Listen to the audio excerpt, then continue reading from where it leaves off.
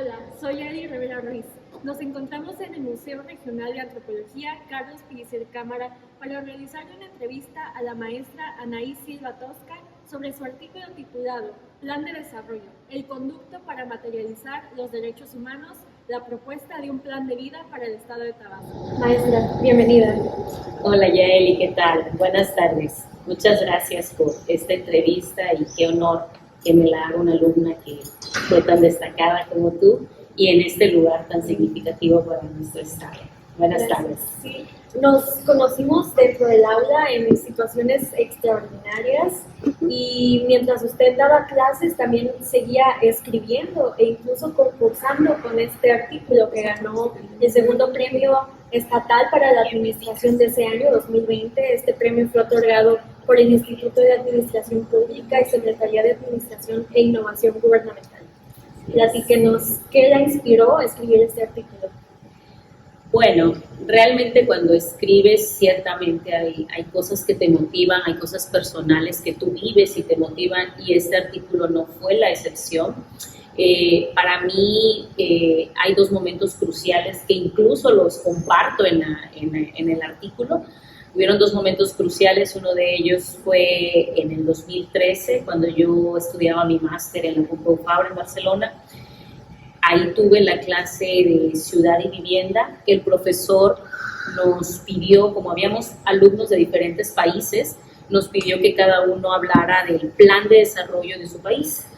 Al hablar del plan de desarrollo de México, particularmente de Villahermosa, de Tabasco igual, él se asombró de manera alarmante que los planes de desarrollo en México tuvieron una vigencia de 3 años a nivel municipal y de 6 a nivel estatal y nacional, porque decía que los planes de desarrollo como mínimo deberían de tener una vigencia de 10 años. Entonces ese fue uno de los motivos que me generó a mí esta duda, ¿no? Para investigar tienes que tener esta duda, esta sed de saber algo, ¿no? Y después fue ya un motivo más como sentimental, le digo yo.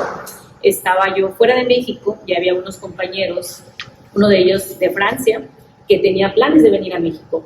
Entonces me preguntó de dónde era yo para ver si pasaba a visitarme, ¿no?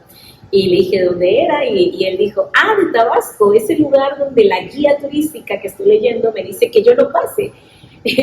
Me reí, sí, pero le dije, ¿cómo? No te creo, a ver. Y sí, le decía que le recomendaba si hacía un viaje en coche que no hiciera un stop en Tabasco, o sea, que se siguiera de largo, porque la capital de Tabasco, que es Villahermosa, no tenía nada de hermosa. Entonces, esos dos motivos me llevaron a empezar a revisar el tema de los planes de desarrollo y bueno, al revisar los temas de planes de desarrollo, descubrí que el tema del urbanismo, que pareciera que está muy alejado del tema de los derechos humanos, del tema del desarrollo, de la erradicación de la pobreza, no está tan alejado. O sea, la construcción de los planes de desarrollo en España, en Francia y en diversos países, incluido Estados Unidos, pues tiene mucho que ver el desarrollo económico y con base en ello se va logrando y también el tema del urbanismo contribuye a ello. Entonces, todo este escenario y todas estas investigaciones me llevaron a hacer este trabajo. Bueno, primero que nada, qué lamentable que se tenga quizás esta concepción de Tabasco, pero nos quedamos con lo positivo. Y bueno, atrás Tabasco fue un parteaguas en la conquista, el descubrimiento de México y en la concepción española fue considerada la primera Nueva España. Entonces, a manera reflexiva, vemos un Tabasco del pasado y quizás no lo reconocemos. Pero también están pues, estos juristas, urbanistas internacionales que ven a Tabasco de una manera positiva, o quizás a las colonias españolas en América que tenían, por ejemplo, planes con una visión futurística, con estrategias y herramientas que no eran de corto plazo, eran de largo plazo. Usted menciona el urbanismo, quizás las calles no se limitaban a satisfacer las necesidades de ese preciso momento, sino a cuáles iban a ser en un futuro. Era un plan de largo plazo. Entonces, vemos todas estas concepciones que no están siendo aplicadas también a nivel estatal.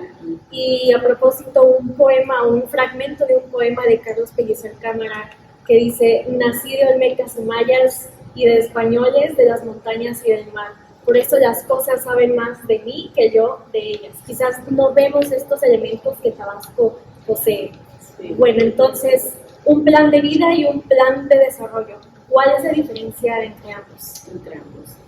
En sí no hay una diferencia. Yo hice esa distinción en el artículo porque lo que se conoce aquí en México como plan de desarrollo es lo que yo llamo también en el trabajo un plan de gobierno, porque tiene esta vigencia, esta periodicidad que la lleva un sexenio o un trienio, y entonces lo que se lleva el tinte del color del gobierno entrante, el tinte político, el tinte hasta personal muchas veces. Entonces, esa idea que tenemos de plan de desarrollo no es lo que en realidad en la teoría, en la doctrina dura, en la historia, hasta de México, de sus primeros planes de desarrollo o los primeros antecedentes de esto, pues llevaba en sí. Por eso es que yo le llamo plan de vida, que es lo que debe ser, ¿no? Para hacer esta distinción o para que reflexionemos y miremos de lo que tenemos ahora como un plan de desarrollo,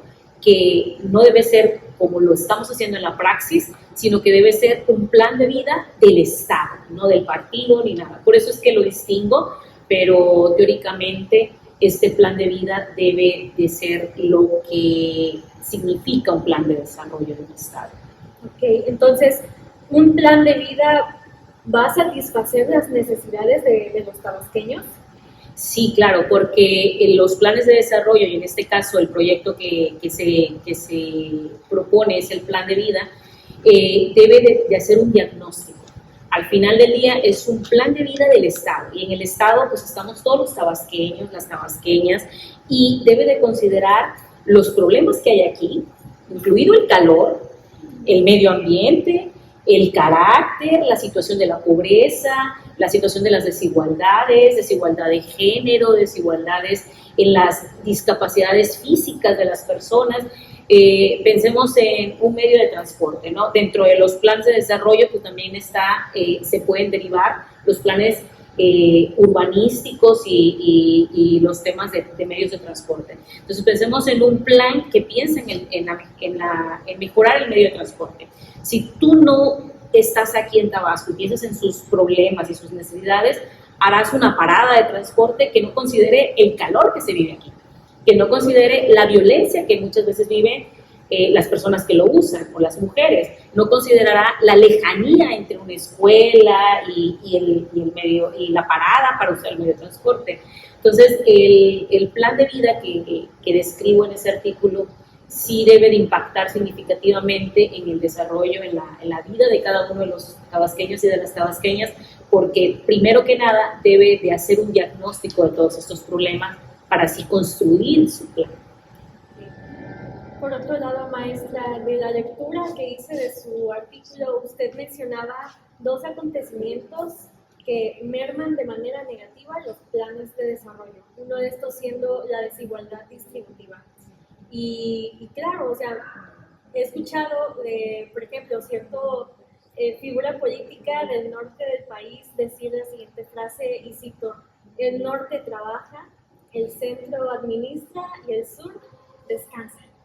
Y desgraciadamente esta desigualdad distributiva es el camino por el que se conducen los planes de desarrollo nacionales, que marginan a ciertos estados, en su mayoría del sur del país, como el de Tabasco. Entonces le pregunto, ¿un plan de vida puede desechar esta idea que se tiene a nivel nacional? De lo que es Tabasco, ¿no? Claro. Sí, desde mi punto de vista, sí. Sobre todo porque el plan de vida del Estado de Tabasco va a permitir que cada uno de los proyectos que se realicen, ya sea educativo, ya sea urbanístico, ya sea para erradicar la pobreza, cualquiera de estos programas van a estar van a estar abrazados de un solo objetivo, que es conducir a Tabasco al desarrollo, a un escenario favorable. Entonces, si bien es cierto, el plan de vida de Tabasco no va a ser el único factor o elemento que requiere para salir de esta situación en la que nos encontramos económicamente hablando, porque requiere de otras cosas. Requeriría, ya ambicionando mucho, pues que fuera parte de un plan de vida de nación, y que de aquí derivara el plan de vida de Tabasco y después hiciéramos los planes de vida municipales, y que todo fuera congruente y que todo llevara esta continuidad y demás. Pero bueno, si hacemos o si gestamos esta idea de plan de vida para el Estado de Tabasco, va a permitir que impacte en su avance económico y que impacte en su desarrollo. Okay. Puntualiza que otro acontecimiento es el abandono de proyectos y ejemplifica el Museo Elevado de Villahermosa, también conocido como el MUSEVI, que fue inaugurado en 2011, pero en la actualidad está completamente abandonado, clausurado, está abarrotado. Y si bien ha tenido cierta polémica en cuanto a su calidad, su ubicación, su diseño, también tiene este bagaje de que se creó en el sexenio de Granier. Y no solo eso, sino que el siguiente sexenio, el gobierno entrante, era de un partido político distinto, que decía que no iba a apoyar este proyecto porque no se alineaban a sus valores. Entonces, considera que, por ejemplo, un gobierno entrante tiene esta responsabilidad de darle continuidad a los proyectos o los programas del gobierno pasado. Si hablamos del proyecto como un plan de vida, que es lo que se maneja en el artículo, la respuesta es que sí. ¿Y por qué sí? Porque este plan de vida ya va a traer consigo el diagnóstico de cuáles son los programas y los proyectos viables. Y me permito aclarar, en el artículo se cita este ejemplo del MUSEVI y se citan algunos otros. Y se hace la precisión de que no se está analizando si son viables o no, sino que son un ejemplo de la descontinuidad y del daño que eso genera en el erario, porque al final, en este ejemplo que tú acabas de dar del MUSEVI, se invirtieron tantos millones para la creación de ese museo. Se abandonó el proyecto. Entonces ahora restablecerlo necesita una inversión más grande de lo que se invirtió para crearlo. Al final del día esto sería como estamos echando dinero en un saco roto, y es dinero de nosotros, de todos los tabasqueños. Pero bueno, al final del día, en lo que hace a tu pregunta, sí, necesitan continuar los proyectos, pero cuando ya se estructuren dentro de este plan de vida, que previamente haya hecho su diagnóstico y haya determinado que este proyecto, por ejemplo, si hablamos de la creación de un museo, que este proyecto es viable y necesario para la sociedad. Entonces, en ese contexto, descontinuarlos es una falla total al plan de vida.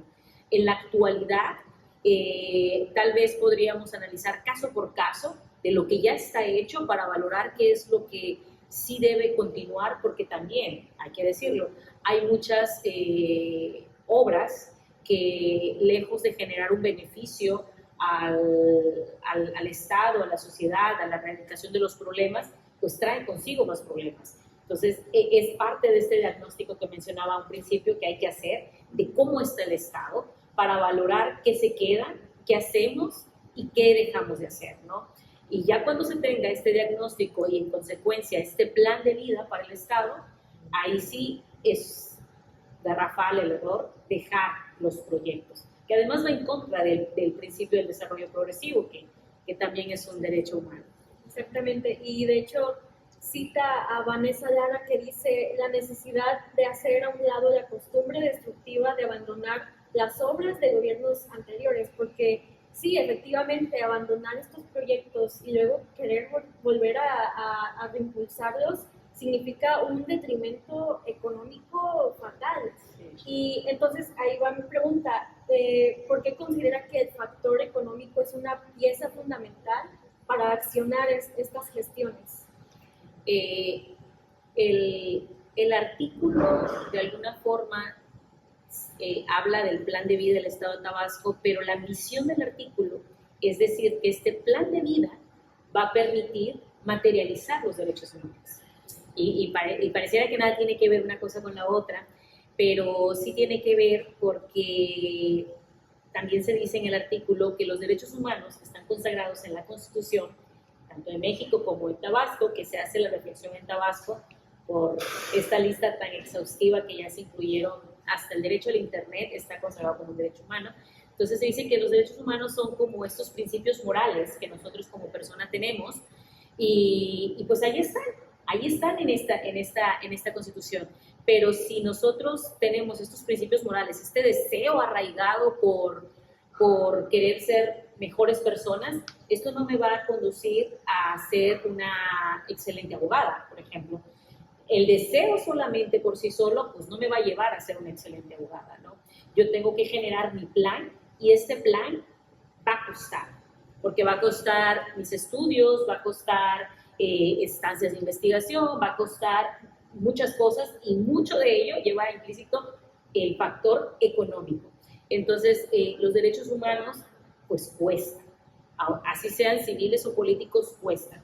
Y en el artículo cito a Isaiah Berlin, que es uno de mis autores favoritos, y una de sus reflexiones que más me gusta es la que hace en el ensayo de 2 conceptos sobre la igualdad, donde él dice que de qué sirve que le demos derechos civiles y políticos a personas que están medio vestidas, mal alimentadas. O sea, es como reírse de ellos, dice Isaiah Berlin. O sea, ¿para qué ellos quieren la libertad si no tienen comida en su barriga, ¿no? Si están mal alimentados, si están desnutridos, ¿cómo lo van a poder ejercer? Ni fuerza para ello tienen, ¿no?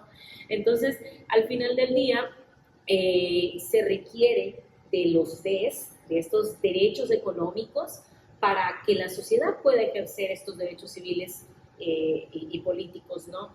Y en ello, el factor económico es sumamente importante. Por eso es que para todo esto que se analiza en el artículo, se hace el énfasis de la importancia de la economía y de inyectar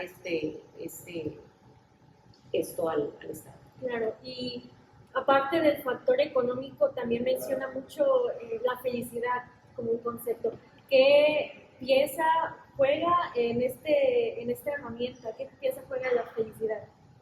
De hecho, en el artículo se mencionan 2 tipos de felicidad, ¿no? O sea, la felicidad individual, la que yo tengo pensada como mi felicidad, porque lo que a mí me puede hacer feliz, pues a ti no te puede hacer feliz, ¿no? Esa es nuestra felicidad individual que cada persona tiene y que sería una locura insinuar que el Estado vaya a garantizar la felicidad individual de cada uno. Pero hay otro concepto de felicidad que autores recientes empiezan a vociferar, sin embargo, no es una idea nueva, porque pues el tema desde la teoría de Kant, de Stuart Mill, ya se ha hablado un poco de esto, que es la felicidad social, ¿no? Y la felicidad social es un poco el objetivo de los derechos humanos, es generar el escenario ideal, digno, para que cada uno de nosotros pueda transitar por la vida en donde estamos y planear su propia vida y poder ejercerla. Por ejemplo, yo deseo ser abogada, pero a lo mejor mi situación de pobreza no me lo permite ni siquiera llegar a terminar la secundaria. Entonces, esto significa que la felicidad social no me la están generando, porque la felicidad social me permitiría concluir mis estudios para poder yo construir mi propia felicidad. En otras palabras, pudiéramos decir que esta felicidad social es el camino o el impulso que va a permitir a cada persona a construir o llevar a efecto su felicidad individual. Ok, entonces, por ejemplo, el gobierno ya nos comentó que no tiene la responsabilidad de garantizar la felicidad individual, pero sí la social. Sí, porque si decimos que los derechos humanos tienen como objetivo final, o sea, lo que ellos añoran, lo que ellos sueñan, es generar esta felicidad social, estas condiciones idóneas para que cada persona pueda vivir plenamente y hacer su propio plan de vida, Si partimos de esa idea, pues en México principalmente el Estado está obligado a garantizar los derechos humanos. Entonces, como un garante de estos derechos humanos, el Estado entonces está también obligado a crear estas condiciones que permiten la felicidad social. Ok, entonces, por medio, por ejemplo, de un plan de vida, es que se pueden garantizar estos derechos humanos y de ahí ya individualmente cada quien perseguir como que la felicidad de cada uno, ¿no? Y, por ejemplo, también citaba la doctrina de Bentham, que el principio del utilitarismo, y como mencionaba Stuart Mills, que consideraban igual la felicidad como un concepto algo abstracto y subjetivo, pero que al fin de cuentas sí va de la mano con los derechos humanos y que están implicados en este plan de vida. Entonces, últimas preguntas. Ante todos los cambios de poder, ¿en qué retos se enfrentaría un plan de vida?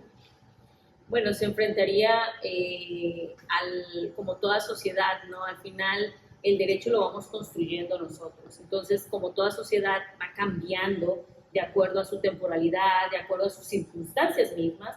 Ahora tenemos el tema del cambio climático, que eso nos va a llevar a generar otro tipo de conciencias.